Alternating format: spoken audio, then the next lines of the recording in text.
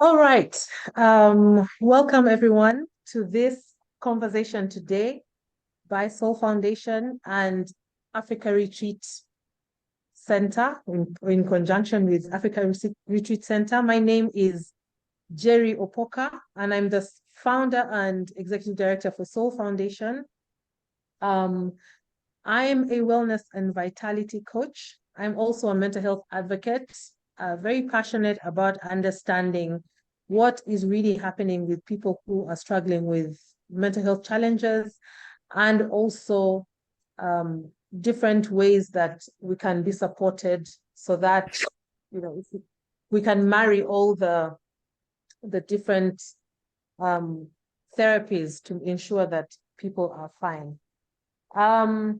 On the call today, we are going to be talking about addiction. And specifically, we will be looking at addiction in relation to families of people who are suffering with addiction and how they are affected by it. Our topic is Beyond Addiction, Nurturing Families, Finding Strength and Healing. With me on the call today, I have three guests. Even though I put out a flyer with only two, I would like to go around and I'll ask them to introduce themselves. First, Isha, you're most welcome to today's conversation. I'd like you to please unmute and tell us about yourself. Thank you. Thank you very much, Jerry. It's a pleasure to be here.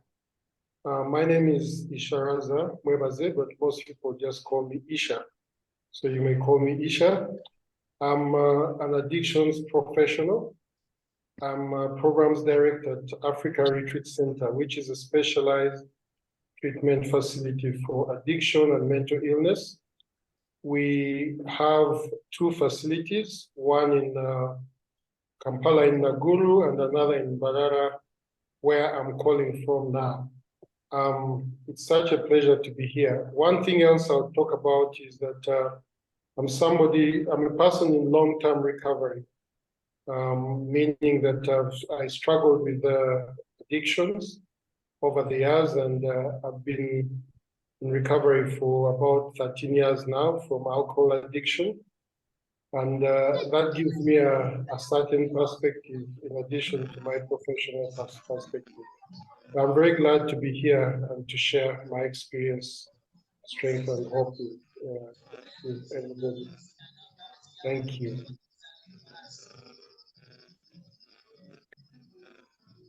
Thank you, Isha, so much for that. I would like to ask Daphne to please introduce yourself. Oh, okay. My name is Daphne. I am an Al-anon member, and I think that's as much as I can say. I'm here because Isha asked me to be here. I know Isha from a few places, and I love him very much, so I'd say yes. But I'm happy to be here as well. Okay, thank you so much, Daphne. Fiona, can you please introduce yourself? Thank you. So my name is Fiona Sekandi Magova. I'm here at the request of Jerry. I recently lost a brother to addiction-related complications. So I'm here to talk as a sibling of a loved one who suffered from addiction. I'm a mother, I'm a wife, I'm a sister, I'm a daughter. Thank you, Fiona. So that is all the introductions for everyone on the panel. And I would like to, first of all, explain why I had only three of us on the flyer and not a fourth. Daphne has introduced herself as a member of Al-anon, and Al-anon is Alcoholics Anonymous, meaning that she stays anonymous even though she attends talks like this, just so that they can maintain a level of being free and open to speak without being judged or feeling like they will be judged by other people. So Isha, I invite you to explain to us what Al-anon is, please. Thank you very much, Jerry. Um, there's somebody talking over there. Okay. Al-anon is a worldwide fellowship of families and friends of people who are struggling with addictions. It started primarily for alcohol. And it has its roots with Alcoholics Anonymous, which is another fellowship for people who are struggling with alcohol addiction. So Alcoholics Anonymous is a fellowship of people who are struggling with alcohol addiction, and they meet together and share experience, strength, and hope. And Alcoholics Anonymous has been around for about 8 years now. It started in 1935 for people with addiction to alcohol. But when it started, as the alcoholics or people with alcohol problems met to share, they would often be accompanied by their families, primarily the wives, who would sit outside the meetings while the alcoholics talked. And then as time went on, we began to realize that they shared certain experiences, very similar experiences and character traits, which they found very necessary to share about. And then they soon discovered that they had also been affected by the other persons using in very unique ways. And in many ways, they also found that they were struggling with symptoms that were very similar to the people who are struggling with addiction. So that's how Al-anon was formed as a sister fellowship to the Alcoholics Anonymous program. So in Kampala, there are Al-anon meetings, families of people who are struggling with addiction, and the Kampala Al-anon family groups meet every Wednesday at 5:30. And if somebody is interested, they may join. And it's free of charge, by the way. There are no dues or fees. The only requirement is the desire to get help, to get better. So that's a brief about Al-anon.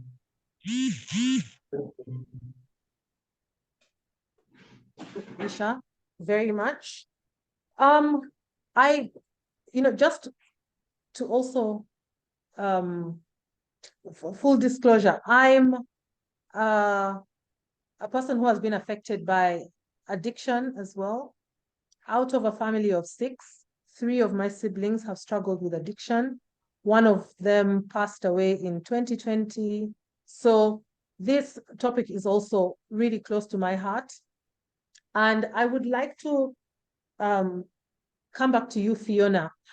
When your brother passed away, you spoke at the funeral, and you were quite vocal about the challenges that he had gone through, and basically the challenges that you went through about as a family. Could you please tell us how that affected you, or his struggle, how it affected you, and what drove you to want to speak up on that day? Thank you, Jerry. And I apologize if I break down as I speak about my brother. October 12th changed my world. That's when my brother passed away. And I had never spoken about his situation publicly to anybody, maybe a few people, family. But what drove me to speak about it that day, I had so much pain. And I realized I probably wasn't the only one. I also knew that most people do not understand that this is an illness. This is an illness. I did not know about it as an illness until I came to the US, and a very close friend, actually a family member, who was going through a similar situation with her son, told me about the extent and what, alcohol addiction is all about. Because growing up, we just say, oh, oyomutamivu, they're just drunkards, and didn't realize that it's a disorder. It's some form of mental health issue. So I got the opportunity to hear about it. I went to Alcoholics Anonymous. I encouraged him. He went into rehab here. I went with him for some of these meetings. I started getting an understanding of what it was and what it meant. So I realized most people in Uganda don't know it. They don't know that it's these people are powerless. They need help. There's help. And I also myself, I didn't know that they had these resources in Uganda. In fact, I'm very happy to hear that some of these are free of charge, because I thought they were being, they were charging, and it's kind of expensive. So I wanted to create some kind of awareness, get the conversation going, let people kind of learn about it, and do some self-evaluation on their own end, because I take alcohol too. I'm not, I do take alcohol, but with moderation. And I was trying to encourage people to review their relationship with alcohol or drugs or drug use. Probably I didn't talk about the drugs, but anyway, it was alcohol, because that's what I was well versed with. So I was just trying to create this awareness, let people know, and for those who are addicts to know that there is help out there. And that's what got me there. Thank you so much, Fiona. Thank you for sharing that. And it is true that we don't understand. I think there is a bit more appreciation today that it is a sickness. But I think when we start to, I feel like when we start to really look at it as a sickness, it means that we have to view those who are struggling differently. It means that we can no longer just brush them off, and that places a burden on us to be more responsible. And sometimes when we don't want, to carry that burden, then we fall back on, but why don't they just stop? All of us drink. How come they are, the way they are? So thank you so much for sharing. I would like to go to Daphne to please tell us what your experience is with addiction. Okay, so thank you for having me once again.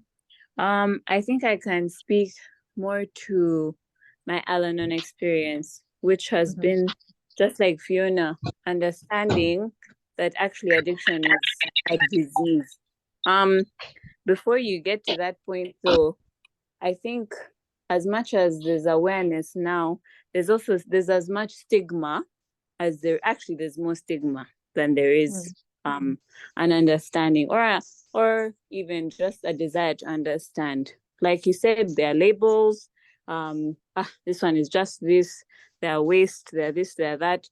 But so much so that I think our society, particularly Ugandan society, has normalized the consumption, overconsumption of alcohol, overuse of drugs, to the point where it's sometimes even difficult for somebody to say, okay, I'm not okay because how come others can do this and more, and they're functioning and they're in society and everything seems to be okay. But as a family member and as an Al-anon member, this journey has really given me so much compassion for people who are in this situation and those around them.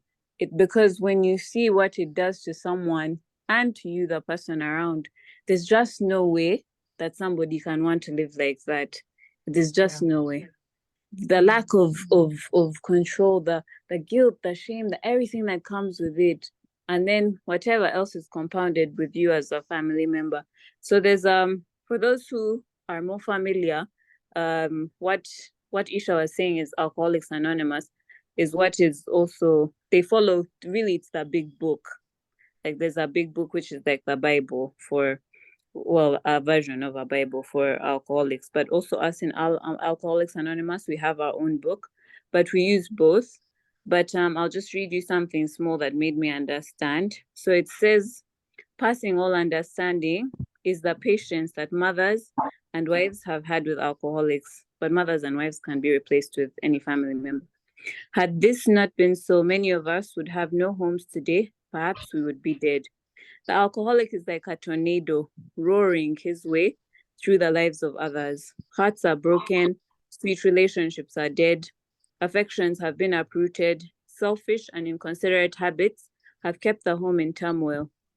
So I think that encapsulates really the the experience almost everyone I think would say they have when they're faced with somebody who is battling addiction.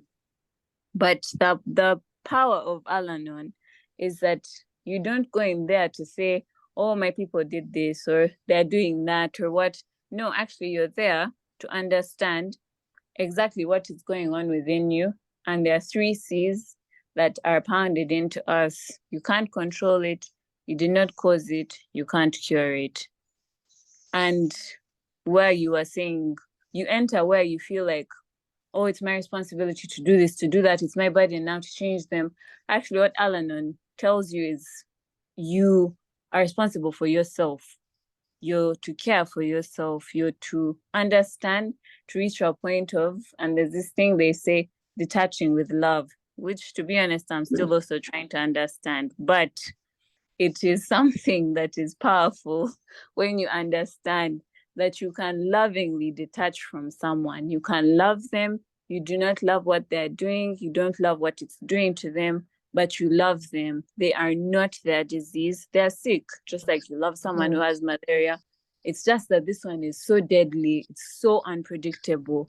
It's so painful for everyone around. So I think Al-anon, and as Isha said, the meetings happen every Wednesday, 5:30 to 6:30. But you're really there to, first of all, understand you're not alone, but also it's not even about, oh, I'm going through it right now. It can be, when I was a kid, my father did this, or when I was this, like when I jump, when I hear doors slamming, because I remember my mom doing this or fighting with my dad, like healing. It's actually all about healing outside of the addict. You're not there to bash them. You're not there to complain about them. It's really about, what can I do for myself to make my life more manageable? Because by the time you go there, you've also realized your life is not manageable. And actually you also realize that it's not, you cannot keep on, it was them who did this, so therefore I'm this. It was them who did this and therefore I'm that. It's just about healing. So that's my experience with Al-anon. It's not even about a current experience I'm going through. It's from things for way past, and I wish everyone could have access to this and know about it. Another thing about it I would say is I asked Isha once, how are people supposed to know about this thing? Because AA says it's about attraction, not promotion. Whereas for us in this normal world, we're like, advertise everything, advertise. If you're sick, go here. These are hospitals, do this, do that. How are alcoholics and their families supposed to know about this? So now the challenge for today is all of us who have heard about this to explain to others that there is help and it's out there. And the only sad thing is people here are scared. So and so is going to see me entering this place. So and so is going to hear that my brother this. So and so will know my father did this when I was young. But I think when you get there, you understand it's a fellowship, as you said, and you become a family. And and there's something in there that says, you may not know us, but you'll grow to love us. Like, we'll love each other, become a family. And somebody's asking, what is Al-anon and where do we find it? Isha had explained it's a fellowship for family members, friends, and relatives of those who are suffering with addiction, alcohol and other addictions. And we meet together and we talk and we try to work through our healing, because we are affected in ways that we see and mostly those that we don't see. I hope I answered you well, Jerry. Very, very well, Daphne. I actually, from all the things that you have touched on or you have spoken about, I actually felt on a very personal level that already, I don't know, a sort of warmth from having a space where you can say some of these things. As I was, I put out a few videos in this season relating to this topic. And as I was preparing some of those videos, I actually realized how much trauma, I don't know, trauma, or I guess it is trauma, that I personally have been holding on to. When you talked about, dad coming home, I mean, I do remember my father coming back home, and then we're like, oh my God, you scamper, go to your bedrooms, and it's like we all freeze in our beds because you will hear a thump and then a run, and then my mom, make some noise. These are things that as a family, we never, ever, ever talked about. And you also said something about no one wants to live like that. Like, if we want to, while we ridicule people who are struggling with addiction, we have to understand and appreciate that nobody wakes up in the morning and says, to hell with life. I just want to keep drinking and keep living my life like this. And I'll tell you a very short experience that I had when my sister came back from Malaysia. She came back, she'd had some issues there, and she came back and had already was struggling with the addiction. And she stayed with me for a month, and every day I was going at her. Why? Again, you said you were going to stop. I really pushed because I just could not understand why she went back and did it.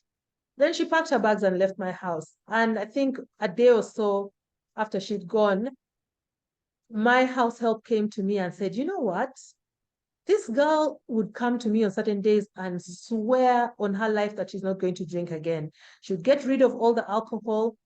And so with every passing, 30 minutes, she would get more and more agitated. And then she would keep saying, I'm not going to drink. I'm not going to drink. And then she's scratching and she's going crazy, but she's now loud, speaking louder. I'm not going to drink. I'm not going to drink. Because she's gotten rid of all the alcohol, she would then run out of the house, go to the nearest kiosk, buy alcohol, and come back home literally, forcing it down her system. And then the minute she's done drinking it, it's deep, deep, deep regret. And she said now she's abusing herself, she's hitting herself and saying, I could not hold on. And the day she told me that, I remember I cried so much because I thought, poor girl, this has literally overpowered her. She does not know what else to do. So that was the one experience that completely changed how I looked at addiction and addicts and how I responded to them. So I completely hear you, and I really love what you're saying about Al-anon already. And to you, Isha, being a person who's working with people struggling with addiction and also running the Al-anon program in your circles, can you speak about, for example, in the space where you have you're treating people who are suffering with addiction or struggling with addiction, what do you see from the family members? What do you see from people who are around this person? Because I know that sometimes we think we are okay. We think, we've got this, it's the other person, we are helping them. But speak to us about some of the things that you generally see from the rest of the families or family members. Thank you, Jerry. Yeah. So let's start with understanding what addiction is really at the heart of it. What exactly is it? Addiction every addiction is a response to human suffering.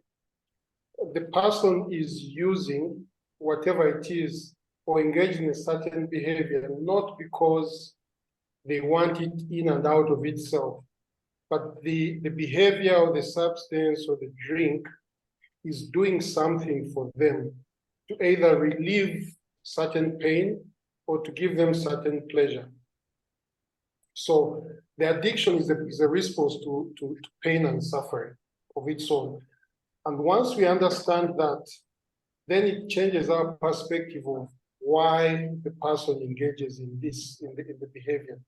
So the working definition I have for addiction is any behavior or any consumption or behavior someone engages in and derives pleasure out of it, or it gives them a pleasure or relief. And at some point or the other, they find that they are not able to stop engaging in that behavior, despite some of the negative results that are coming out of it, or negative impact of this behavior. So it's any behavior someone engages in for relief or pleasure, begins to struggle and have negative consequences as a result of behaving or engaging in that behavior. And then there's the inability to stop despite the negative consequences. So in that definition, you realize that we've not said alcohol or drugs or anything. It could be anything. That behavior could be work. It could be shopping. It could be gambling. It could be computers. It could be alcohol. It could be weed. It could be anything. Potentially, any human activity has the potential of becoming addictive, because if we begin using it for reasons other than what it's originally used for, then we begin looking at some of these addictive trends. So when you look at addiction from that perspective, you can begin to see how the family is being affected by this behavior. For example, when somebody is drinking uncontrollably, the people who are closest to the person are looking at this person and they're saying, but why don't you drink? It starts with, why don't you control your drinking? You know? Why don't you drink like normal people? Or why don't you get off the hard stuff, drink a few beers, you know, forget the liquor and the spirits. I can control, why can't you, you know? And so the behavior is very baffling to those around. But because they care about the person, they begin trying to support the person or to control either their behavior or the consequences of their addictive behavior. And over time, because it's a progressive illness, addiction is progressive. Over any given time, it gets worse, never better. So the progression for alcohol, for example, goes in terms of the frequency and the quantity the person drinks over any given time. You'll notice the person is drinking more and more frequently, or is taking more and more quantity than they did before. So as this happens, certain things, certain aspects of the person's life begin getting affected. They lose interest in things that they previously had interest in. They become impaired in terms of their judgment. Relationships begin to suffer. Occupationally, in terms of work, they're impaired. They begin missing work. They cannot accomplish certain simple tasks, or even more complex tasks. And the family or the person closest to them is looking on. And they have to explain what is happening. They have to understand what is happening. They have to also explain to other people. So someone will come, what's wrong with your son? What's wrong with your brother? What's wrong with your husband? You know? And the shame, as this person continues to engage in this behavior, there's a lot of shame, there's a lot of embarrassment, there's a lot of stigma. So the family continually gets affected. And as this happens, you'll find that if it's my brother, slowly, incrementally, I become more and more isolated. You find that you don't want to go with the person out. You don't want to show up in places where the person is. You don't want to be seen in certain social circles. It's a very, very isolating disease, not just for the individual, but for the family and everyone around. So over time, you'll find that now the addiction becomes the eye of the storm. Everybody is sucked into the addictive behavior. And as they do that, people begin losing touch with themselves.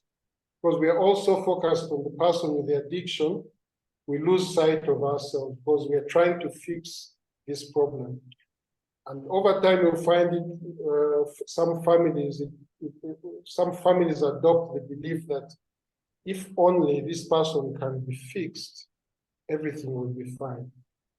But that's not always the case. The way the individual is experiencing the addiction is also the way every individual family member experiences that addiction. So when it comes to recovery for the family member, it's an individual journey. Addiction manifests in terms of disconnection with oneself for the person with the addiction, but that disconnection also happens for the family member. And so the Al-anon program and family support programs offer channels through which we can begin to reconnect with ourselves. Find, for example, what is it about me that I lost touch with? The things that I like, the things I love doing, the values I hold, because many times you'll find, I've seen mothers compromise on their values. You're running to the police station to rescue the person who has been arrested. You are running around trying to pay the person's debt. And yet this is a very, very strict person with their finances, but because it's their son or their husband, they have to run and rescue the person. Yeah. So families are affected in almost every way that the individual is also affected by the addiction. Even physically, you get individuals getting high blood pressure, you get diabetes and other physical conditions as a result of dealing with the addiction in the family. Jerry. Thank you, Isha. Thank you so much for that in-depth explanation. And I always love to listen to you, Isha, because in a very calm way, you really give information and you draw people in to listen and understand. So I really appreciate that. Back to you, Fiona. Wait, let me mute that person. Okay, back to you, Fiona. As a sibling, I know that the sibling is also sometimes, because as a sibling, we grow up together. We do so many special things together, and we have a special relationship, a special bond. When you see, or when you saw Alex starting to struggle, how did that affect you? And also, how did it affect the way you looked at the rest of the family? Your siblings and your parents, where he was concerned, because we worry about them, but sometimes you look at the others and, what did you feel about, the rest of the family in relation to what he was struggling with? Thank you, Jerry. Mine was a very complicated situation. Alex was my young brother by 9 years, but he also happened to come and stay with me at the age of 17. So I was more like his guardian or mother at that point. And I noticed that he was having problems with alcohol use. And even though I had been to Alcoholics Anonymous and had a little bit, it's one thing to hear, it's another to practice what you've heard. So I thought maybe I could guide him as a mother, like my big boy, no, you can't do this, Then when I realized he can't control his drink, I would make sure that we have no alcohol in the house. Like if we had a party and people brought alcohol, when they're leaving, everything goes, I was hoping that by doing that, I'm kind of helping with the triggers. I'm kind of creating, a clean environment for him. If we had to go somewhere and I feel like he's probably drinking a little bit too much, then we have to leave. Just like, Isharaza was just saying, you still feel like you can control the situation. No, he's not that badly off. No, he can do better. He can stop. We'll talk about it. And finally, we realized that it kind of affected me. I had kids, they were young, but my focus was on him. It was on him. Where is he? Maybe I have to go and pick him up. Then starting to blame, those are not the good friends. I think that person is spoiling him. If he leaves that circle of friends, he's going to be better, you know? If he keeps with me, we're going to do it right. Okay, we can drink just a little, maybe 3 beers. How come I can't stop? You know, why can't you stop? That kind of thing. Then I developed anger. I became bitter. I became annoyed, you know? That there was conflict, there was tension between the two of us. But it was all done out of love. When he finally agreed to go to rehab, I was really, really happy. I was happy, you know. I thought we got this because, you know, I knew that people have gone to rehab and come out fine. After rehab, he went into a sober house. Again, I kept tabs on him. I checked on him. Things were moving well. He was liking his new life. But somehow, you know, he relapsed again. He relapsed again. And I feel like if you're going to be a support system of a loved one, you'll need to have a good understanding that this is an illness. Much as we all try to come up with strategies of helping, some of the strategies we may use might not be helpful at all. We might be enabling, you know, the addict in the process. And unfortunately, these people are kind of manipulative. So if you're towing the right track and somebody else is not, he's going to play you against each other. So when you ask that, how did this work between you and the rest of the family? I felt like since I had the opportunity to understand this disease better, I thought maybe I was handling it better than they were doing, because for them, they had no clue that it's a disease. So they think maybe you're being too tough on him. Maybe you're doing this. Let's give him this, you know, like if you're not doing this, then they will give it to him. So he plays you, you know, and also because you're also consumed there, you think the other person is not doing anything. They're also hurting. They're also doing the best that they can. So eventually we kind of cut ties, as in he had to move out. But even when he did not live with me, I never stopped thinking about him. I never stopped worrying in the night. I never stopped trying to get a word in, you know, like encouraging him. And when he finally moved back home, I was like, I need to give this a break. I had already heard about you need to detach, but it's not easy to detach. You can hear all these lessons, but it takes time to say, I love you, but I'm not going to be sucked into your games anymore. I am not going to continue enabling you in any way. It is a tough thing. So even when he moved home and I'm like, okay, I'm not going to be in his business. I'm going to try and protect myself, you know, self-preservation. I still cared, you know. I still made calls and I wanted to hear, how is he doing? And when it wasn't forthcoming, it still put me in a bad place. Even with everything that I had learned, it was hard. It's still hard. But I know it's a process. So I want to encourage everybody who is on here, if you have a family member who is going through this, together with your family, try and get this awareness. Try and attend these fellowships, you know, that they say that are in Kampala and in Barara and wherever else. I'm sure there's many more coming up. Try and get the awareness. Try and understand. Go through the steps. How can you help this person without enabling him? Hopefully you can recover him and you can recover yourselves, because you waste a lot of time being angry with yourself, being frustrated and ashamed because of the stigma it causes all of you. And in the process, without knowing, other people who depend on you will suffer. You will neglect your husband, you will neglect your kids because they're okay and you're focusing on this other person. You won't have healthy get-togethers with each other because you're like, oh my God, he's going to come here and mess up. It's a very complicated situation. And I know you didn't ask me this, but I'm just going to say this. For those of you who are listening to me, I know we are all ignorant on many things. I mean, we don't expect everybody to know this. Unless you're directly affected, you won't know. So you'll just dismiss it. The drunkards, I don't know, why are they What are they doing? What is the family doing for this person? It's not what they're doing for this person. It's not because they're not giving him money or because they're doing this. No, it's not that. This thing is on so many levels. It affects us on so many, many levels.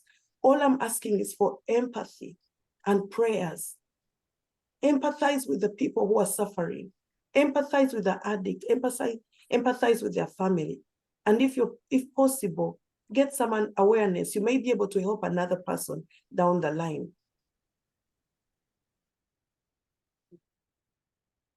Thank you so much, Fiona. And yes, you are allowed to go absolutely anywhere with this that you want to go, because I mean, that is why we're here, to have candid conversations. You hinted on the detaching with love that Daphne had talked about. And I want us to talk about it. Daphne, I want you to speak a bit more about the detaching with love. I can tell you that the last time I had a really bad encounter with my sister, I actually sat down with her and I said, because I didn't know what else to say, I said, I am ready now. If anything happened to you and, I was told that, I mean, as bad as you have passed away, I'm okay now. I'm fine. There's nothing else I can do for you. And I said it with the most, I mean, it was very sincere, but also, it was just that. Like, there was no frills around it. I wasn't trying to be dramatic. It was just what it is. I would like you, Daphne, to talk about, from an Al-anon perspective, this detaching with love. What happens when, because so many people find themselves in that situation. I also spoke to a mother one time who was saying, I just wish he would die, so that then I know that I have closure. We've buried him, and because I think he would go off and sometimes he'd come back beaten up or sick, and the mother was just sick and tired of being worried about him. So could you please talk about this detaching with love so that we can understand how that works? Okay. I'm literally smiling because, like I said, I'm still trying to understand detaching with love also. But I remember the first time I heard it, I thought to myself, it's not possible, because detaching requires a certain level of what I thought would be indifference. Okay, for me, I thought detaching means a violent separation. I'm done with you. I can't stand you. What you're doing is hurting us too much. Like, be gone. I still love you, theoretically, but I can't do this anymore. But what I would say and by the way, I haven't been a part of Al-anon for long, so I can only speak from a very, very newbie's perspective. But what I can say is what we are trying to do is work through the steps ourselves. That's the first step, says we admit we are powerless. So I think the opposite of detaching with love is every other thing that we've tried. We've tried the sit-down talks. We've tried the reasoning. We've tried the, let's take you here, talk to your pastor, let somebody you fear talk to you, come and be somewhere where you have no access to any of this stuff. We've frozen your accounts. You have no way of reaching this stuff that you know is killing you. I've shouted at you. I've told you I can't, I hate you. You're hurting me. You're just to get to see that light in their eyes that will say, okay, they get it now. They're going to stop. But it, like Isha was saying, they're addicted to whatever they're addicted to. We're addicted to them. We're addicted to knowing where they are at every moment, to indeed, as Fiona said, abandoning our primary roles. Yes, I'm also a wife, I'm a mother. I'm leaving my kids because I'm going, and my husband because I want to see this guy still alive. I'm checking, I want proof of life. When was his WhatsApp last on? When did this, that, and the other? It becomes an obsession, and it actually becomes unmanageable. You're actually not living anymore. So as family members and as relatives, when is enough enough? What are you actually, because we think when we are busy, when we're looking for them, when we are doing this, when we're doing that, when we're calling them nonstop, we think we're helping. Like, it feels useless to be doing nothing, to be there in your bed, sleeping your 8 hours when somebody's in places that you can't even imagine they would go to looking for that thing that is, as Isha said, that responds to trauma or suffering. And then you ask yourself, okay, I just wish they would be okay. But them stopping that drinking, will it change the actual family situation? Will it change that maybe they were abused as kids? Will it change this or that, like the actual trauma that happened in their lives? It won't. It will just be a quick solution to what you think is the problem, the drinking. But the drinking is just a symptom of what the actual problems are.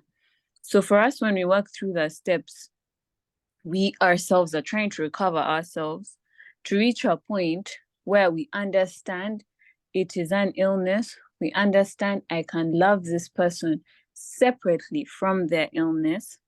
And I can reach a point where I say, I cannot do anything about this. I can't.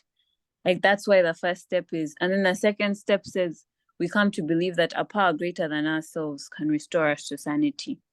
It's not only saying they are insane, it's also saying we are insane too for thinking that there's anything we can do to, in our power, to heal this sickness. Because everyone who's on this call has experienced somebody with addiction. And you know, as Fiona was saying, you ask you, and as you were saying, Jerry, you ask yourself, say, for example, it's your sibling, even if it's your twin, you're like, but for you, where did things go wrong? Like, how did it, what point did our paths diverge?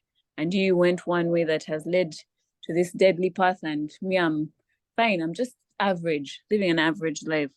But what we try to do in the step work is we try to reach a point where we understand really in all of us, and not even in the past thinking, if only I had done this, if maybe I hadn't done that, if I hadn't said this, if I hadn't done that. Because as we all know, an addict will point to triggers, and to the point where they'll say, you yourself are even a trigger to me. But anything is a trigger. It's too hot, so I had to drink. It's too cold, I had to drink. I was feeling angry, I was feeling happy. I like this show, I don't like this show. Anything. I forgot to tie my shoe. I can't find my shoelace. I like these shoes. I hate these shoes. Like, it's funny, but it's not.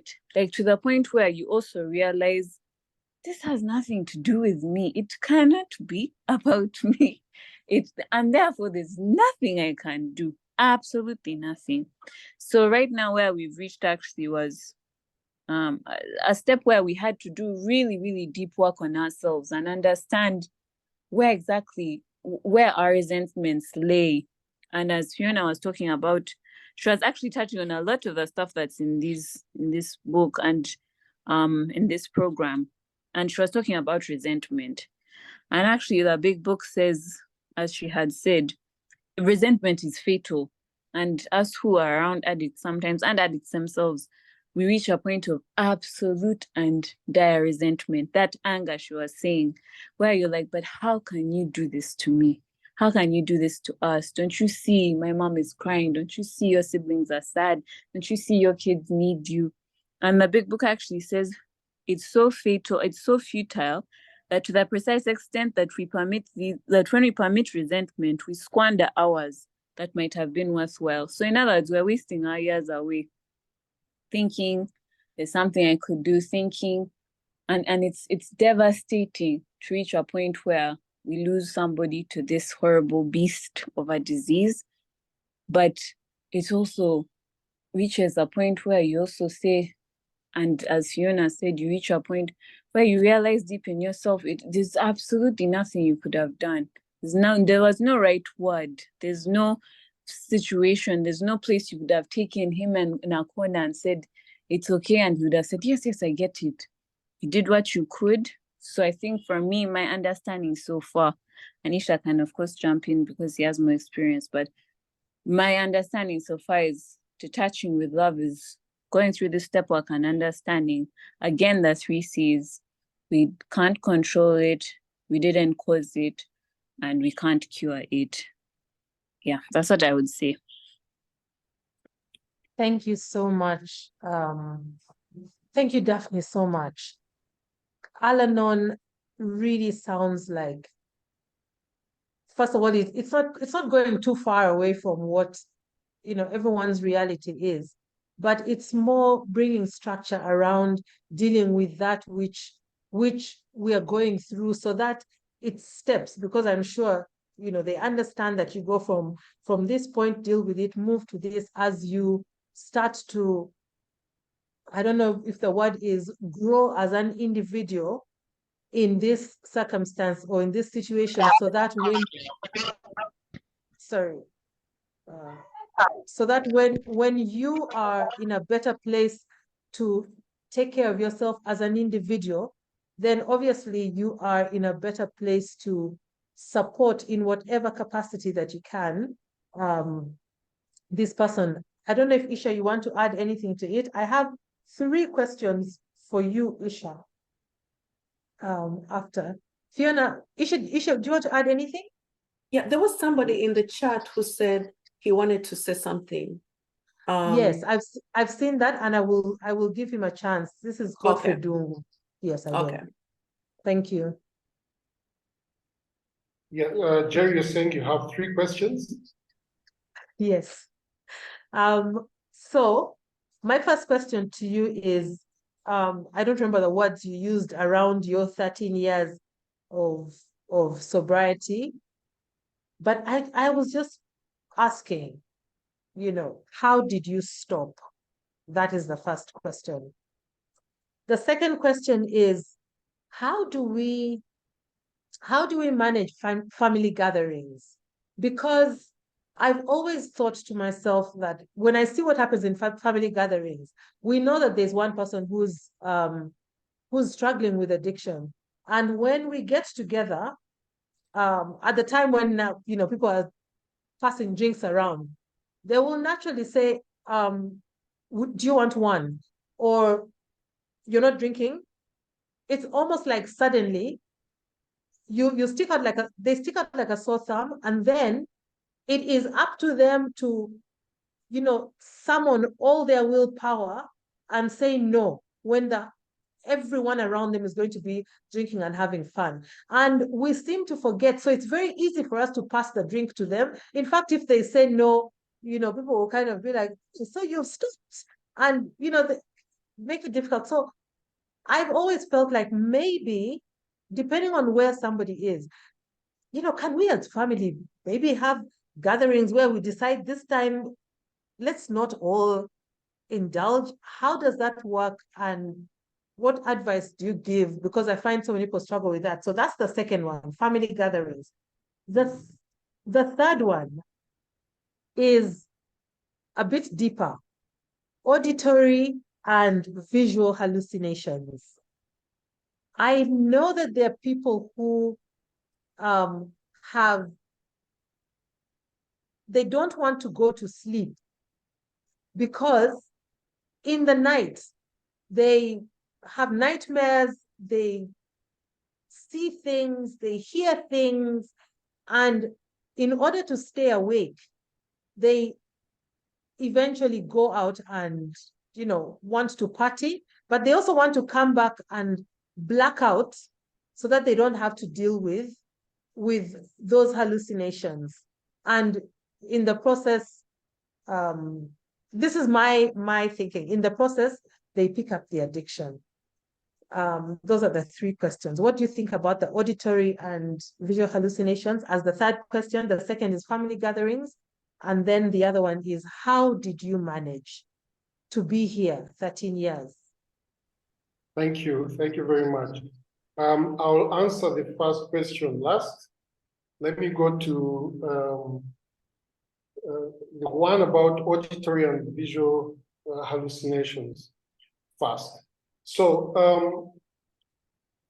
of course, we're talking about mental health here. And as a result of excessive drinking, sometimes the alcohol or the drugs can induce what's called psychosis. And this psychosis is a condition that is as a result of the using. At the same time, when somebody is withdrawing from alcohol use or even other drugs, They may experience insomnia, they may begin experiencing hallucinations, they may become restless and irritable and discontented. At the same time, sometimes there are underlying mental illnesses that an individual might have, for which the alcohol or the drugs give relief. Remember the definition I gave you, that somebody might be using for relief. The question is, relief from what? So some of these hallucinations might be indicative of an underlying mental illness which has not been diagnosed. And so we call it self-medication. The person is medicating that illness using the alcohol and drugs. And so the answer to that is they need to see a psychiatrist, they need to be attended to, because drinking or using drugs to deal with the hallucinations is not a healthy way to deal with the illness, because it's a problem. At the same time, overuse or excessive use of alcohol and drugs can lead to some of these symptoms. And sometimes it's a combination of both. The second question was about family gatherings. What do you do?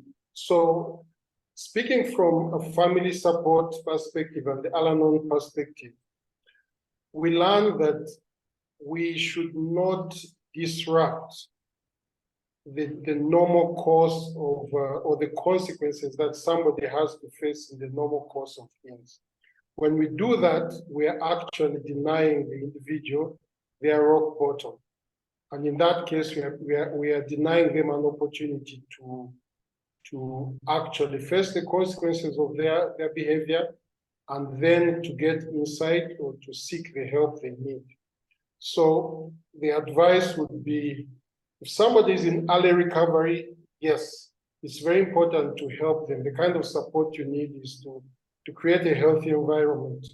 But if somebody is in active addiction, the general rule is that any scheme that involves keeping alcohol away from the person and changing your pattern so that the person can stop using is doomed to fail. So we learn to take care of ourselves by doing what we have to do. Anyone who needs alcohol to be hidden away in order for them to function actually has an alcoholic mind and needs intensive help. So that is very key. But at an individual level, it means then that you're not obliged to give the person alcohol or drugs. You know, we're normally talking about alcohol because it's a legal substance. Most of the other drugs are illegal, so we don't even talk about them in that context, because any context where you're giving the person a joint or any other kind of drug is in itself illicit. So we call it the gift of desperation. Don't deny the person the gift of desperation by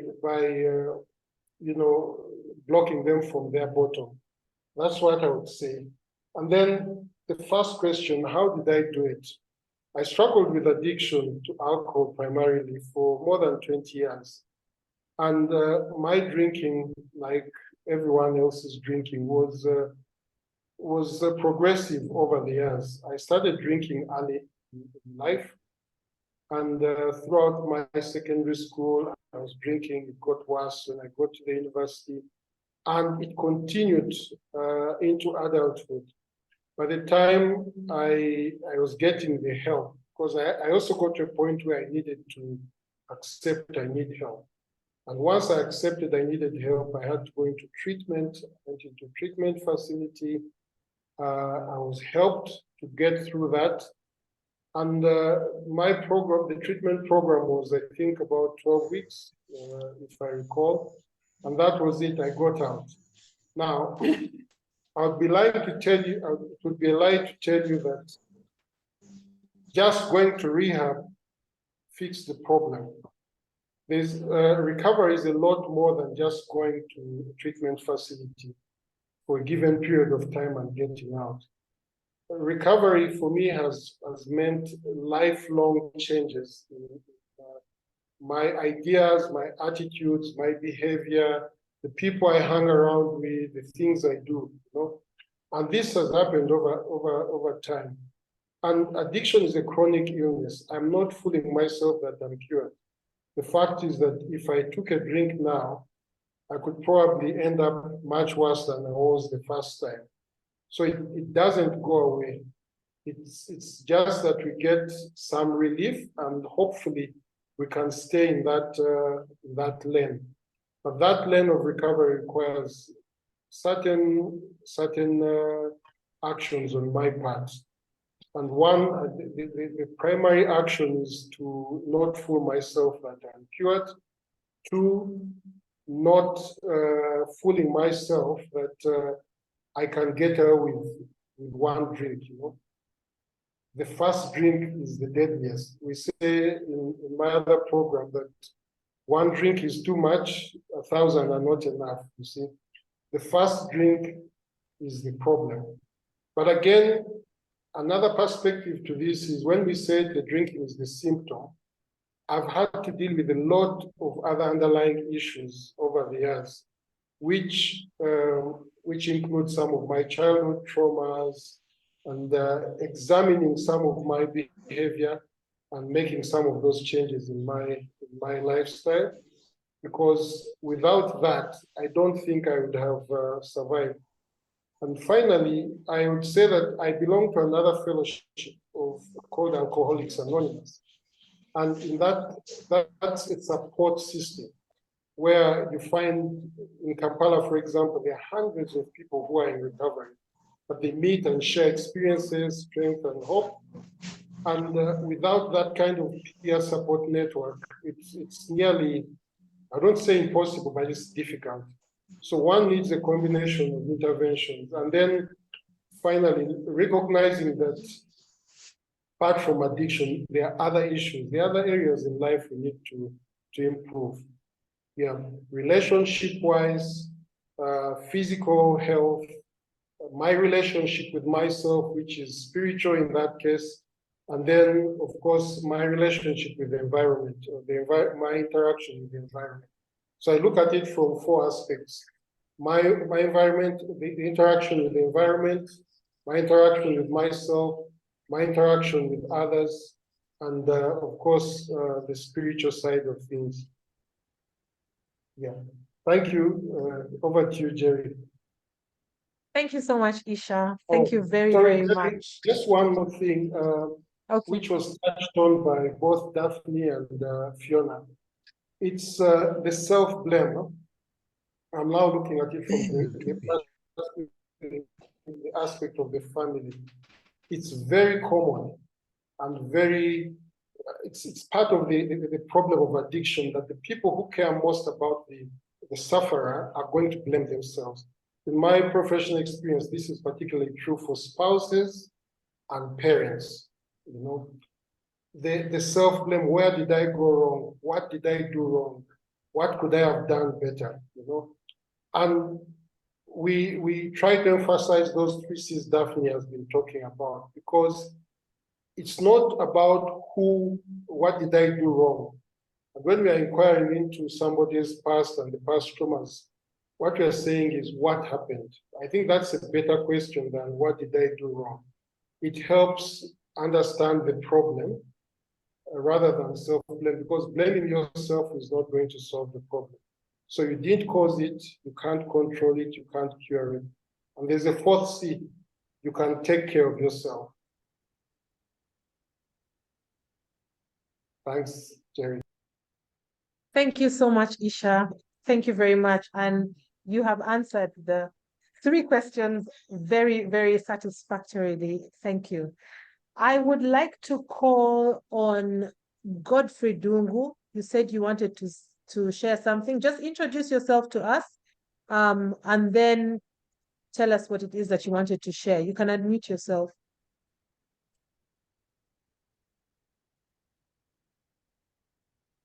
All right, thank you so much, Gary, for calling on me. I have a limited time. This just came, a friend of mine just to give me the link to, because she knows the work I'm doing. I have another meeting that is coming up in a few minutes, but I could not wait to jump on to hear what you say because of this disease that is engulfing all families around the world. What I do, I teach, and also I'm a counselor working with people struggling with addiction. And thank you so much, Isharaza, for being here. You really, your experiences and feedback in terms of your experiences is very valuable to me. But I wanted to, in addition to all that has been said, I wanted to speak on two concepts that are very crucial when someone is dealing with addiction. One is comfort and this discomfort. So the idea that something, we all know what comfort is, and we always seek comfort. So people who are experiencing addiction, that is not also a surprise. They do seek comfort.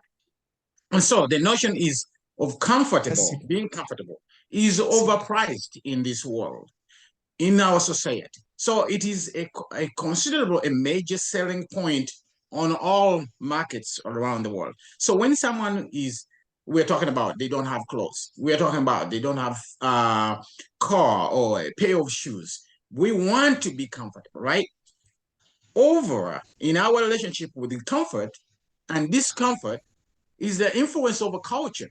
So there is a new culture. You take this medicine, you will be you'll be super strong. If you take this pill, you'll be happy, right? So our personal history and our personality play a role in that.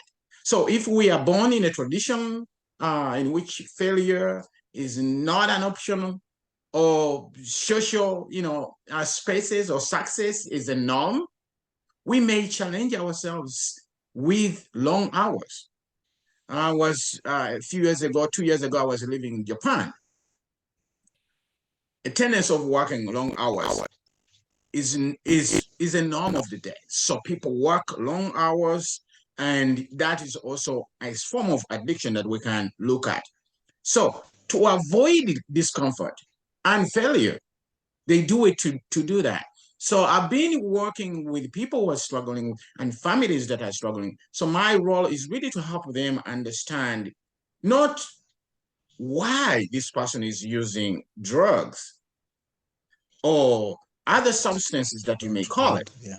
But the question is, for us really who are engaging with someone who is struggling with the drugs, is finding out what they get from that.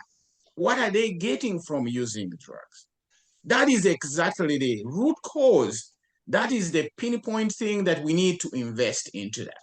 One day I was working with a woman who was struggling with the drugs. And I asked her, so good. what was your experience the first day you took cocaine? And her response was, it was like a warm hug from my dad that I never had. That was so powerful. So us pointing out, why are you doing this? This is very simple. You cannot use, you look at your peers, you look at your siblings are not using drugs, and for you are using drugs. What's wrong with you? The question is, what are you getting from these drugs?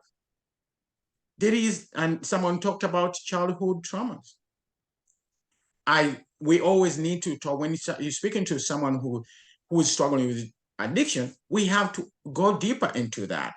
So we talked about levels of discomfort. Level can come in physical sense. That may manifest, maybe they have a headache and then they rush to drugs. Maybe it's digestive system, maybe skin irritation, where they seek for those drugs. And there is an emotional aspect of them. Families working so hard, where we find kids now are taking roles of an adult because they have to take care of maybe someone who is struggling with the drugs. They're running up and down, and then they're taking the emotional aspect is not cared for. And so their addiction manifests through anxiety because they are worried what's going to happen. And then they kick in a depression. This is the issue, the underlying core issue that we need to find when we're talking to parents who are really struggling. The mental level aspect that manifests constant agitation. You find someone is agitated all the time, right? Lack of then inability to ambivalence or decision making. They can't make a decision on something that is going on because of, then they adapt. The person who was taking care of someone who dealing with addiction, and now they are also turning into this agitation, this making decision, ambivalence in what decision they can make. Now they are also engaging on drugs. So it is so vital to understand that. The other level that so many times it's underlooked is the heart level, which manifests by the loss. Even if someone is existing, is not dead, but there is a loss that parents go through. So we need to really get into that. Change in the family, separation, that is also a form of area where that can bring this addiction in our families. So certain life events in the family can be challenging and sometimes unfamiliar. So we need to help the families really to talk, have spaces where they can talk about this. I've seen where parents are struggling with someone, maybe a child, maybe a husband, a spouse, and then they talk to someone, but the people who are struggling with addiction are not involved. We need to bring those two parties to be on the same space, right? Where everybody is on the same table. Spirituality is a component that is so big in addiction. We have to tap on those spiritual aspects. What is the spiritual aspect that this person is vital for them? We talk about one step at a time in addiction, one step at a time. Celebrate, create those traditionals, rituals of celebrating the day achieved without craving or without using, and resist those temptations or those triggers. Create a plan that can really help us to climb from comfort to discomfort, but also being able to sustain it. So running away from discomfort is what makes people stay in addiction. We don't want that. So if you want to stay really centered at peace, we need to stop running away, helping family to not run away or to run away from discomfort they are experiencing. It is okay. We have to go through it before we can get to that comfort.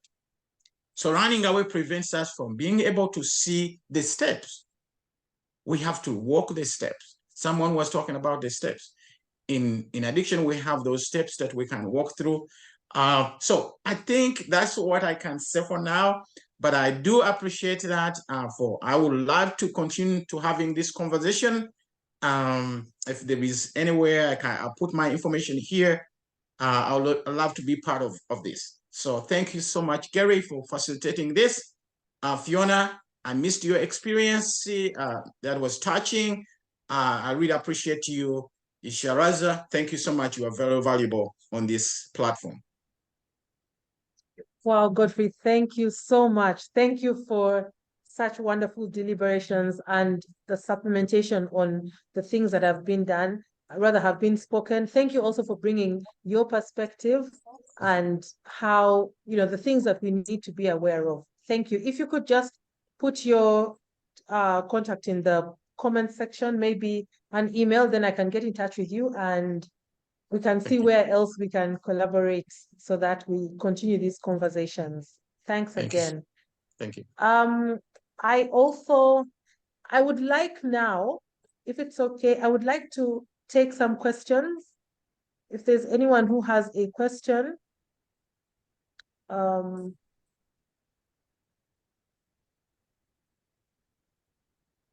I'd like to take some questions for any of the panelists.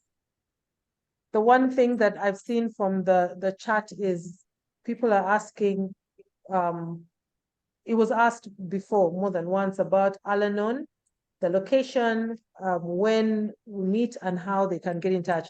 But I see Isha has put a link in there that we can all use. But Isha, you mentioned something about the days when the meeting happens. Could you please recap that for anyone? Thank you very much, Jerry. The Al-anon family group meeting happens every Wednesday at 5:30 p.m. in Nakuru at the Africa Retreat Center, which is on plot 10 Hill Rise, Nakuru. If you Google Africa Retreat Center, you'll see the location, you get the pin, and the meetings happen every Wednesday at 5:30 p.m. It happens within the facility. So yeah, that's the meeting routine. However, we do have other workshops, Al-anon workshops that happen, steps workshops, and there's one happening on the 20th of December. The location, we are not yet firm on that, but on the 20th of December, there will be an Al-anon workshop where you're all invited. And like I said, the meetings are free. There are no dues or fees for Al-anon membership. The only requirement is a desire to seek help for yourself. Yeah. Okay, thank you, Isha. Anne, could you go ahead and unmute yourself and ask? Yeah. Thank you, Jerry, and thank you for the rest of the panelists for sharing. It's been very informative. One of my questions was, when I came on, was where do we get the help? Because most of the times we don't know where to get the help. But I'm glad that you've shared some contacts and where to start from. Now, my question is, how do you get the person to see that they need help? Because most of the time what we are struggling with as families or their loved ones is for them not recognizing or accepting that they need help. And I've seen that the time when if the help is forced onto them, the moment they get out of that, they just go back to the same place they were in. How do we get the person to a place of recognizing they need help and accepting that help? Yeah, thank you. Isha, this is yours. I'm tempted to answer that, but I believe that there are also the experiences of the others, Daphne and Fiona. How do we get somebody to accept this help, or they need help? Because I think they also have the perspective of having been family to the person, the people who eventually sought help or were taken to where the help is. Maybe we can have that perspective. Okay. Yeah, thanks. Daphne, Fiona? It's really, really hard. I think it depends on the individual. One thing, like all of them said, the person needs to accept that they need help. So until they accept that they are powerless over their situation, it's really not going to work. Yes, like you said, you might take them to rehab because you've put certain conditions in place and they're squeezed. So they go to rehab and they come out and they're not willing to put in the work. But some go to rehab when they've accepted they're powerless, they're willing to put in the work, but they're still powerless. I mean, they may have to go several times. So it's a very complicated situation. It's very complicated. Mm-hmm. Daphne? I like how Isha threw it on to us. I would say that like Fiona said, honestly, until the person agrees that they need the help, and I know it's the worst answer to get when you're in that darkness of seeing your person in that situation. But I know for some people have staged interventions, but all that some people have forcibly taken them to the treatment centers. All those get them to a certain point but for them to actually, because the work actually has to be done by them. Fine, you've checked them into the facility, you've done the payments, they're there, you're like, okay, 90 days. But until they can stay there for the 90 days and still not say, I have a problem. And until they get to that point, it's actually just completely, without being too useless. So it's just a situation of fine, you can do what you can to get them there. I know for a lot of people, getting them to the facility has reached a certain point, but until they themselves reach the point of seeing it, and you cannot make someone see something, you also know, like when even if you make their face turn a certain way, their eyes look there, they don't see it if they don't want to see it. Like, it's just what it is. Yeah, I know that's the disheartening answer sometimes, but it's what it's the truth. It's the reality. Yeah. So Jerry, to add on to that, I'll speak from the perspective of the treatment center now. The fact of the matter is that there's no treatment center that will give you a guarantee that somebody is going to get okay once they have checked in. And it's just by the nature of the disease. What happens at the treatment facility is that you give the person a window opportunity for certain changes to begin, which you hope can continue after they've been discharged. You know? So there are different treatment models and different treatment centers approach this differently. But what we do at ARC is that we, apart from the usual detox, psychoeducation, psychotherapy, we integrate the family in treatment. And the other thing we do is we do what's called recovery planning and relapse prevention plans. And the idea is to give the person the best shot at recovery. Then the other thing we do is they are introduced to these 12-step fellowships, which are like Alcoholics Anonymous, which are peer support programs. And then we also have an aftercare program. Long after the person has been discharged, we expect to follow up. But again, they say every one of us has willpower. Everyone has willpower. Willpower is like a nose. Everyone has it. We can do everything we want to do, but ultimately the person has to walk the steps. It's like the best you can do, that is the family and the treatment center. The best they can do is show the person that is the door. If you take that path, there's healing, there's recovery, but the walking has to happen.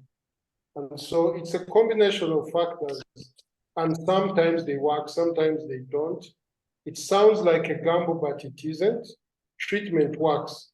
And the fact that somebody didn't get well in one particular round of treatment doesn't mean another round of treatment will not work.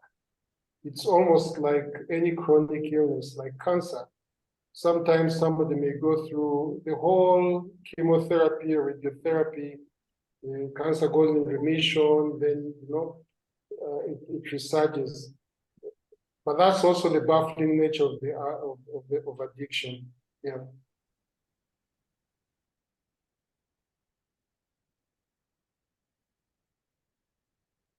Yes, Fiona. Thank you, Isha. Yes, I do have a question for Isharaza.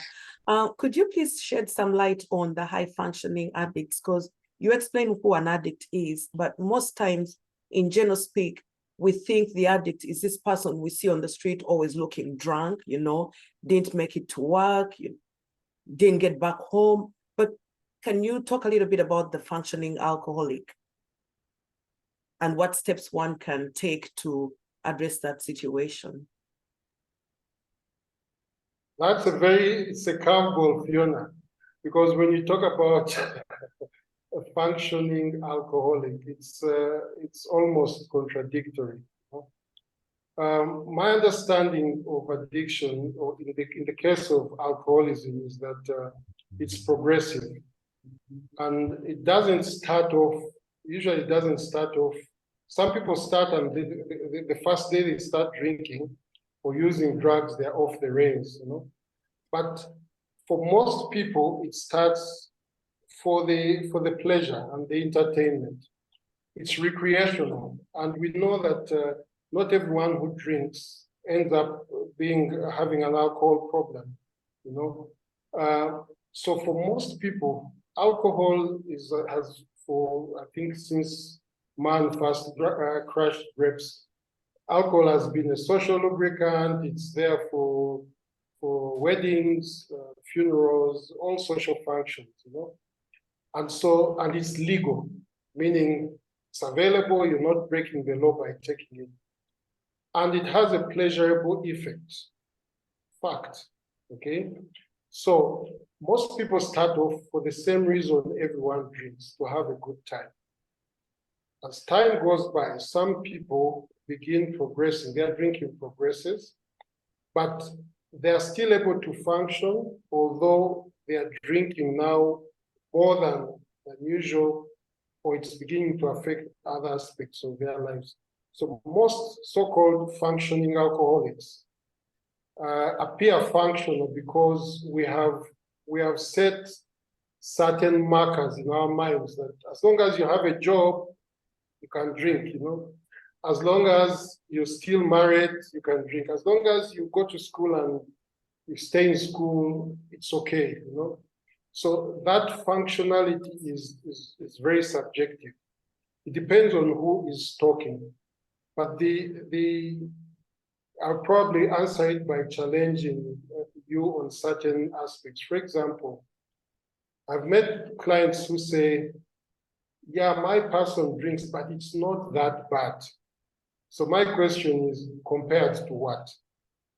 And if it is not that bad compared to that, do you want it to first get to that before you do something about it? You know, that is the first.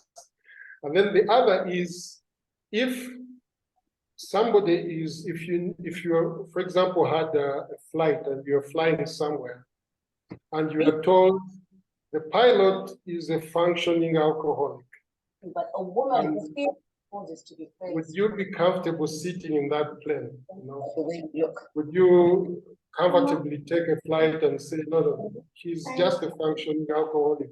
He can take a few drinks, but it's okay, he can fly the plane. You know? So that probably will help answer the question of functioning alcoholic. But the truth is, most people will seek treatment or seek help after being pretty bungled up, you know. Will get a few bashes before they get help. And for most functioning alcoholic, there's still the pleasure of drinking, which outweighs some of the negative consequences. And that's why it doesn't seem logical for them to stop. Yeah.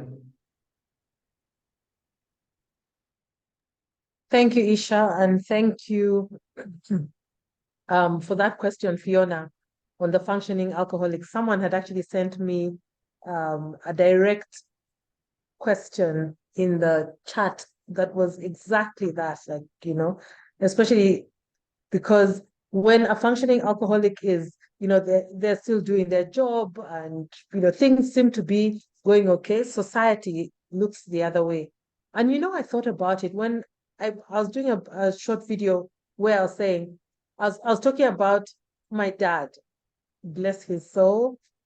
And I kind of thought to myself, but he wasn't an alcoholic.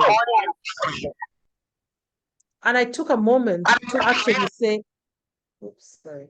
I took a moment to actually say, was he or was he not? And then I said, okay, so what parameters am I using? It's he woke up every day and went to work, he was successful, he was, you know, but if he came back home and disrupted the home as much as he did without thinking, you know, there was something wrong with that, then definitely he crossed a certain line many times with his drinking, and that should qualify him as an alcoholic or, you know, an addict. So it just made me think, wow, we think addicts sometimes fit in a certain box and not other boxes. So thank you very much for that question on the functioning alcoholics. Isha, was your hand up? Yes, go ahead. Yeah, just a quick one. One quick way you can diagnose yourself is if you need to control it, out of control. If you ever find yourself in a situation where you say, I need to control my drinking, or you point to somebody and say, he needs to control his drinking, it's probably already out of control, irrespective of functionality or not. Yeah. Mhm.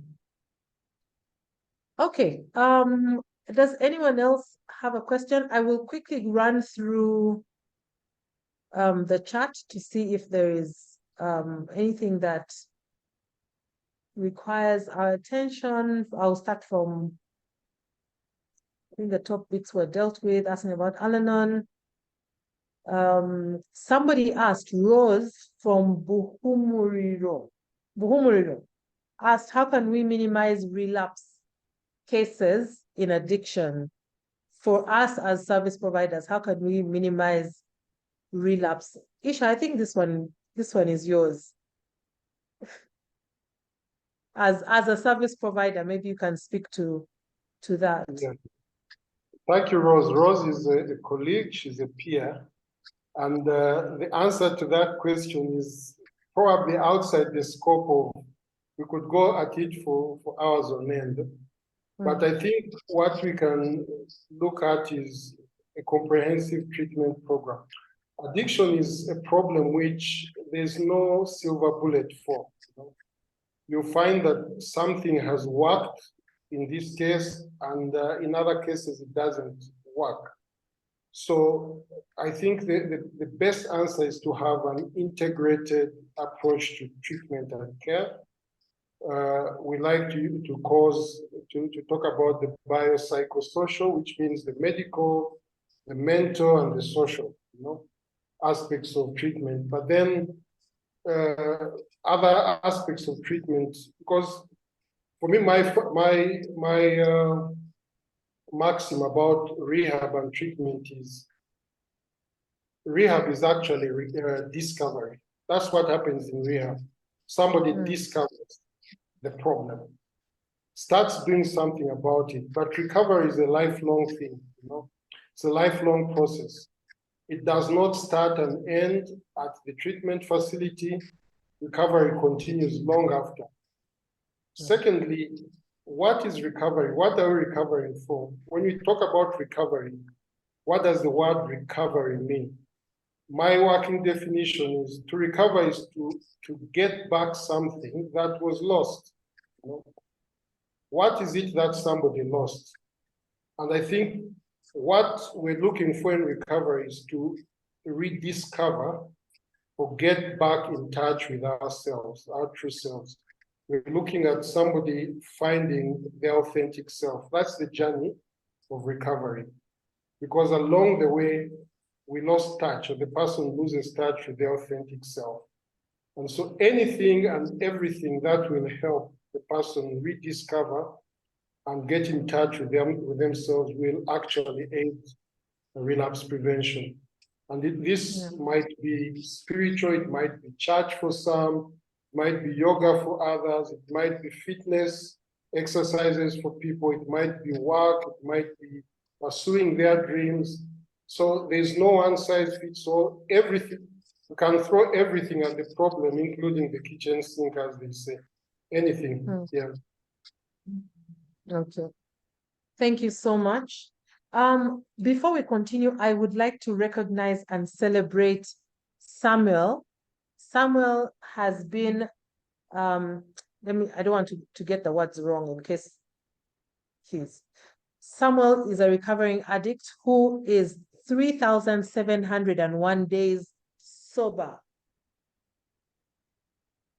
So that is fantastic. That is really, really fantastic. We celebrate you and we're cheering you on, rooting you on. That's such an amazing achievement. Andrew Ibanda says, and I'll paraphrase, he wishes that we can get this kind of information into every home so that people can be more enlightened. And I think the responsibility is ours collectively. When we have had this information, when we know that it is more than the addict. There is the entire family that is involved, and they need support as, you know, the rest of the people who are affected. We need to point them in the right direction, because then if all 35 plus of us here take this information out to another 35 families, then they take it out to another 35 families. This is how we start to cause the kind of change that we want to see. So we're not on this call by mistake. And again, I would like to thank you so much for even staying on this long. We should be wrapping up, but pretty much everyone is still here. So I acknowledge you all and thank you. So I'll go through the next question. Let me see. Thank you for additional, Brian. So Brian from Tutapona in Nachi Valley is asking, how can you manage your own self-blame after finding your 6-session client, a client who's done 6 sessions, drunk on the road, not once or twice? It's like, as a counselor, he feels like he's not doing enough. So how does he deal with himself in such a situation?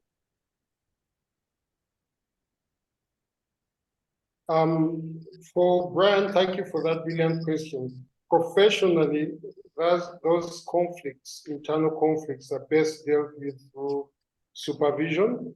The best thing from a professional angle would be to have a supervisor and go through it with them. But that question is not very different from the way a family member feels after doing everything they've done to help the person, and then they find them drunk. And I get it also, Brian, as a professional, especially in the early days, it was very frustrating, extremely frustrating. You do work with a client and you believe you've given it your all, and then the person relapses. But that's what we learn in Al-anon. Part of the reason I stay in Al-anon actually is that because as a professional, I'm in constant interaction with people who are struggling with addiction. And it's easy to cross the line and start either getting enmeshed with the client, or self-blaming, or even projecting, you know. So a lot of those are dealt with under professional supervision, but at an individual level, you can also seek support from the Al-anon program, because that's what Daphne was talking about, the 3 C's. You didn't cause it, you can't control it, you can't cure it. And then perhaps finally, I can say on that question, I cannot tell whether that was in an outpatient setting or inpatient setting. Sometimes somebody struggling with addiction needs to first go through the detoxification, medically supervised, and then before other psychosocial interventions can be of help, because without the detox, it's very hard to stop the cycle. Yeah. Okay, thank you, Isha. Thank you very much. We have 2 final questions, I think. One is in the chat and one is Paul Kidega. So I'll go to the chat first. And in the chat, Flavia is asking if we can touch a bit on anxiety. Extreme anxiety is difficult to live with and makes people socially uncomfortable. And sometimes they resort to drinking to eliminate that social discomfort. How do we navigate anxiety? I think this one is going to an underlying, you know, mental health challenge that then leads a person to you know, to go and consume alcohol. Isha, how do we navigate this anxiety? I would say speak to a professional. That's the short answer. Because a psychiatrist followed by a psychologist should be able to help you navigate through some of those anxiety issues. Also, like you rightly said, sometimes might stem from previous trauma or previous experiences, adverse experiences, whether in childhood or even in adulthood. So speaking to a professional would be the best answer. Okay, lastly, Paul, can you unmute yourself and ask your question? Okay, am I audible? Yes, you are. First of all, I want to say thank you so much for organizing this platform and for inviting all those who have shared with us intimately.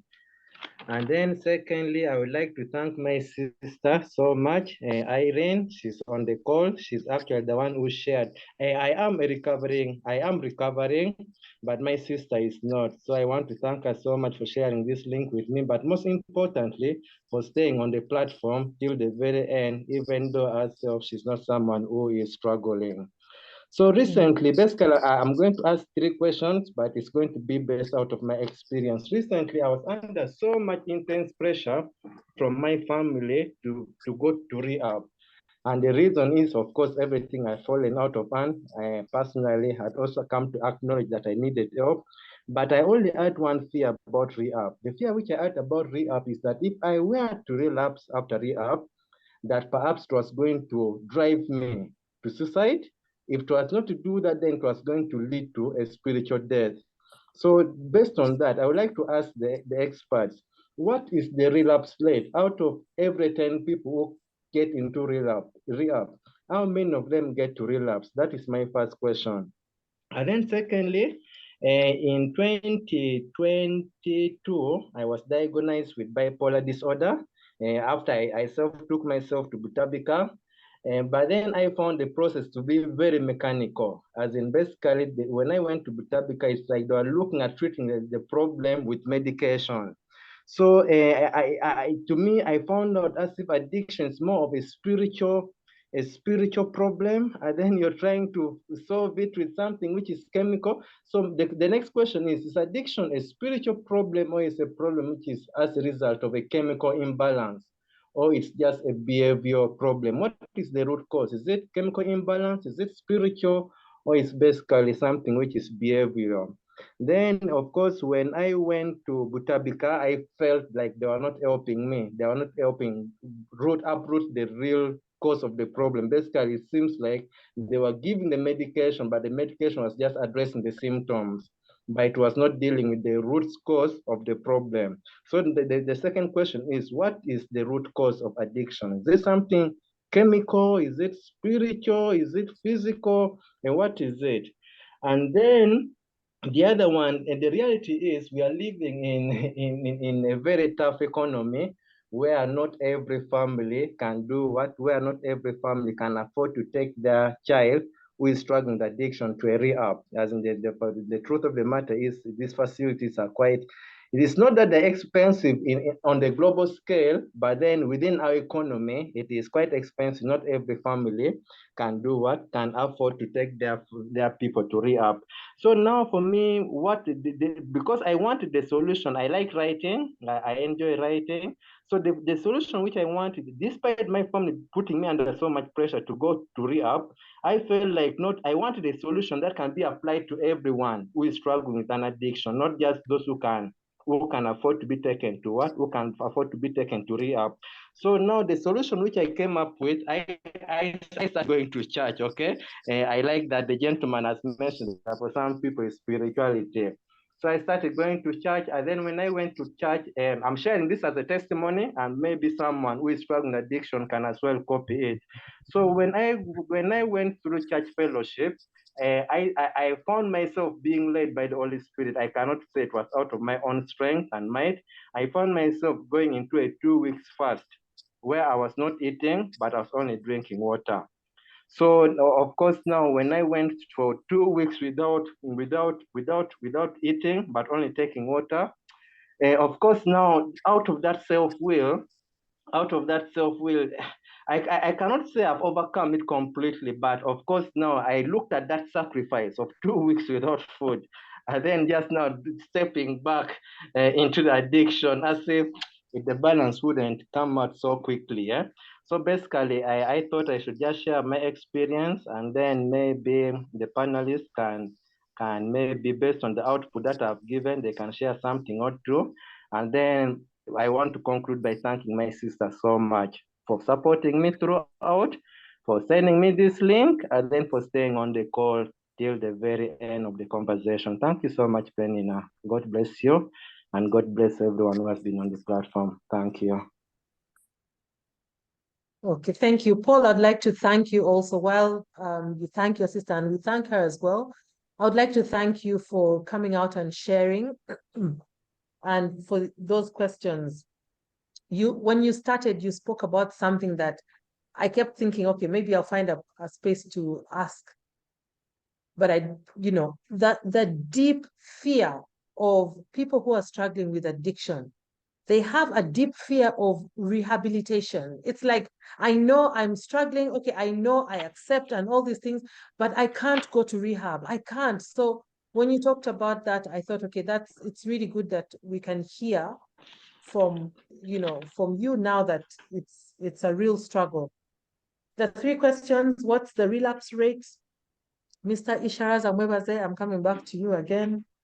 Bipolar, is it a chemical imbalance? Is it spiritual? Is it a behavioral? Or rather, the addiction, is it a behavioral problem? And then talk about the money. And someone else asked in the chat group about the money for rehabilitation. Oh. Thank you, Jerry. The relapse rates globally are very poor from treatment. And that's part of the problem we as people in the treatment field have to contend with. It's actually very frustrating that we cannot heal everyone. I wish we could, but we cannot. But it's part of the explanation is in the nature of the illness, So the relapse rates globally, if I recall, they are very dismal globally. They are very poor. And that can sound very discouraging. But then recovery happens at an individual level. That's what I would say.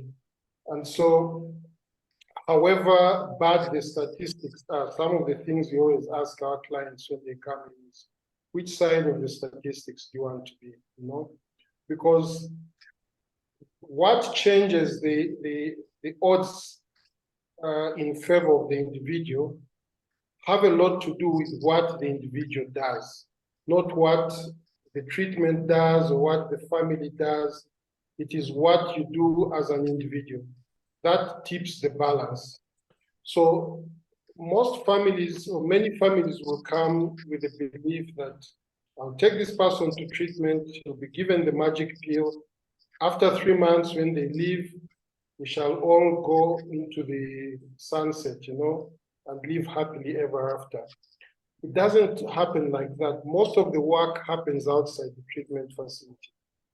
And that's the challenge, because the causes of relapse are usually outside of the treatment facility. It's in terms of the actions the person takes, the choices they make, the attitudes they choose, the ideas they have about going forward. And that's why a good aftercare program is very essential in treatment, because the aftercare helps with the continued support after the person leaves. The second question is, what is the cause? Is addiction a spiritual problem? I think, Jerry, we can agree that that is a subject that is very broad. If I got into it, we might go outside the scope of this. But what's important to note about that question is that in seeking help for addiction, we try to focus on an interdisciplinary approach to treatment, meaning that there are aspects of psychiatry or medical that come into place. There's aspects of psychotherapy where you talk to a counselor, a psychologist, And then there are others which involve psychoeducation. You have to arm yourself with as much information. There are aspects of treatment which involve spirituality, mindfulness, the family involvement, you know. So every case is different. And the short answer I like to give clients is the donkey is in the ditch. What caused it, how it got there is not so much the problem. What we need to ask ourselves is how do we get the donkey out of the ditch, you know? And that's where the focus should be.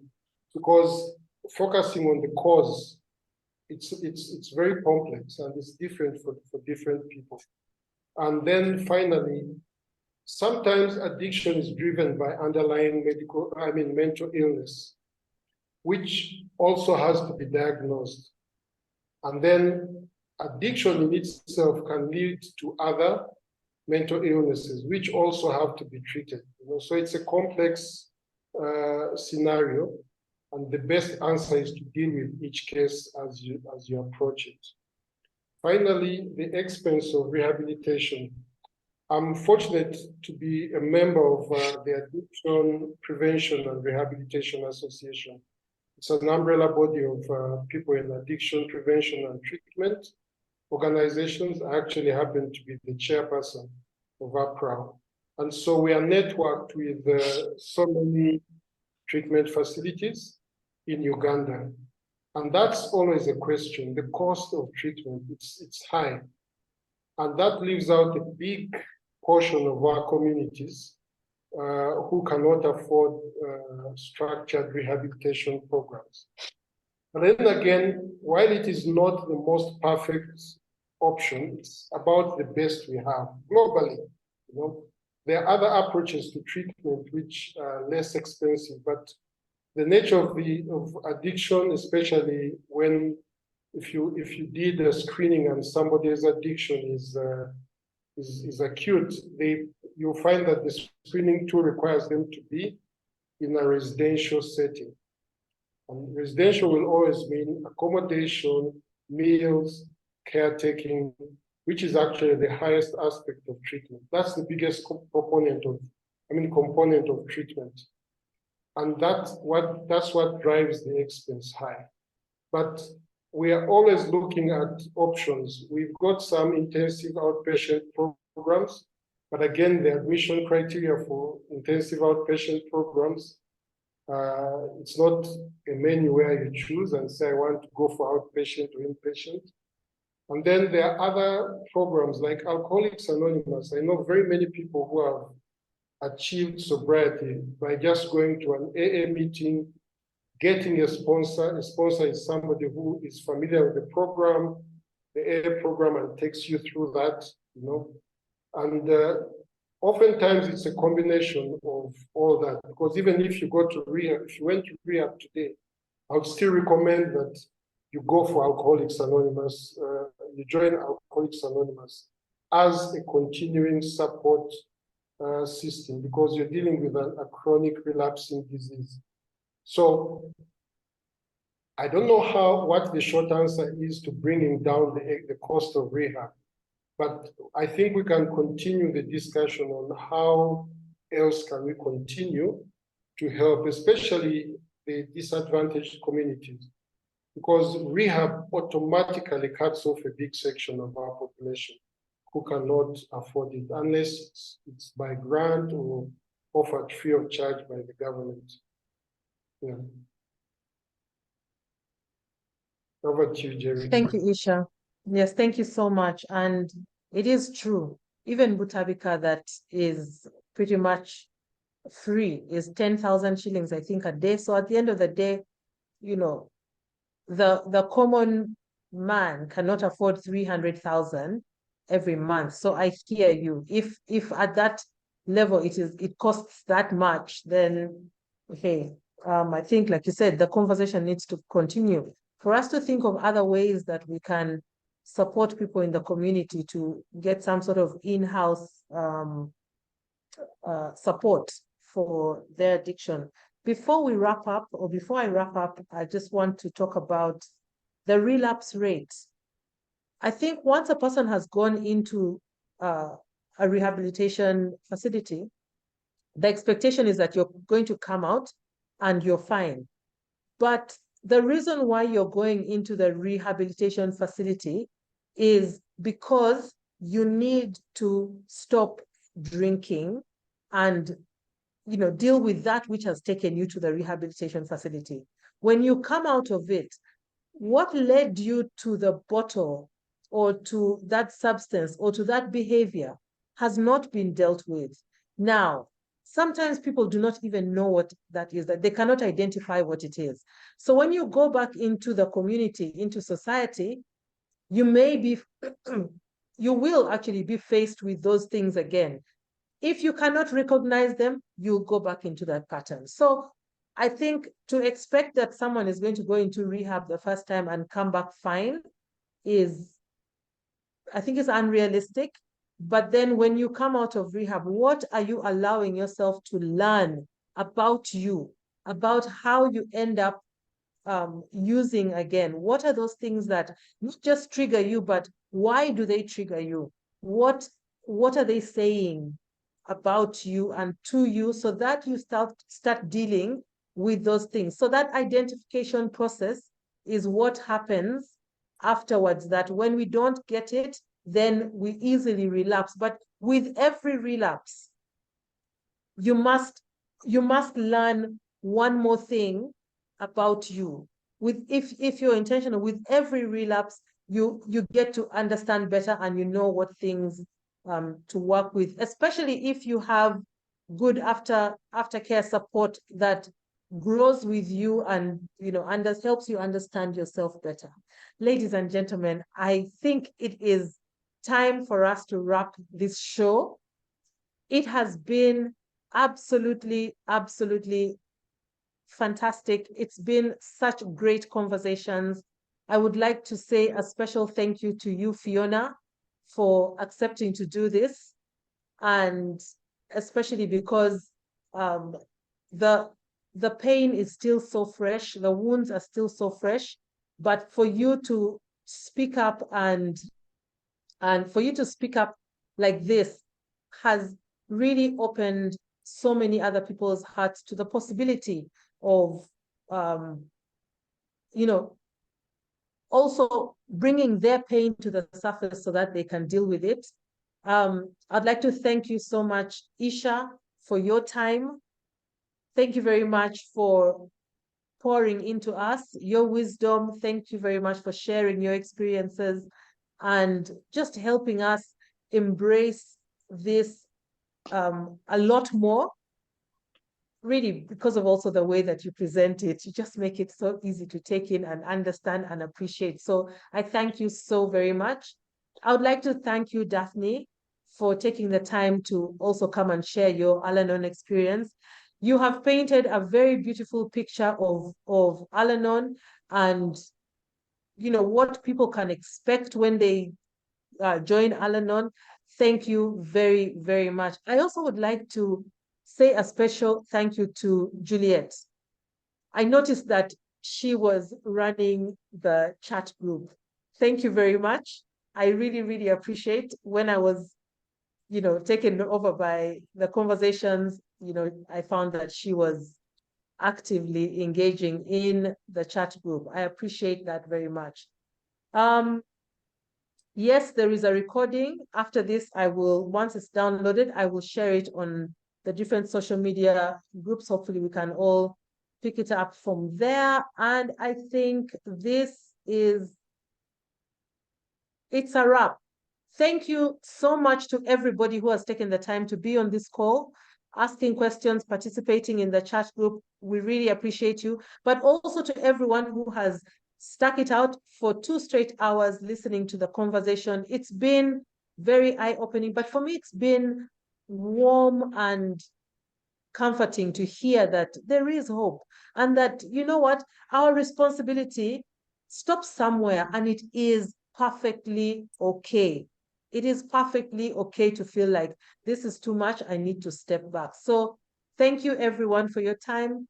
Thank you for a beautiful evening. someone suggested that we should close with a prayer, so I will ask us to humble ourselves. Father God, we thank you so much for the gift of life. We thank you so much for the gift of love. We thank you especially for the gift of family, and that in situations and circumstances that we go through, we have them to lean on, and they have us to lean on. Thank you, Lord, for all the people that you bring in our space, people you bring along our path, people that hold our hands when we need to be held, people that support us, stand with us, people that help us grow and get better. Thank you, Father, for all the deliberations on this call, for all the deep and vital conversations that we've had.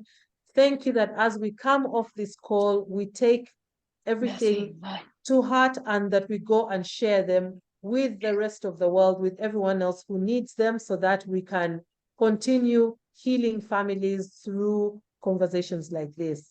In the mighty name of Jesus, we pray. Amen. Amen. Thank you so much. Let me just stop the recording, and then just hang on a second. Let me. Oh, right.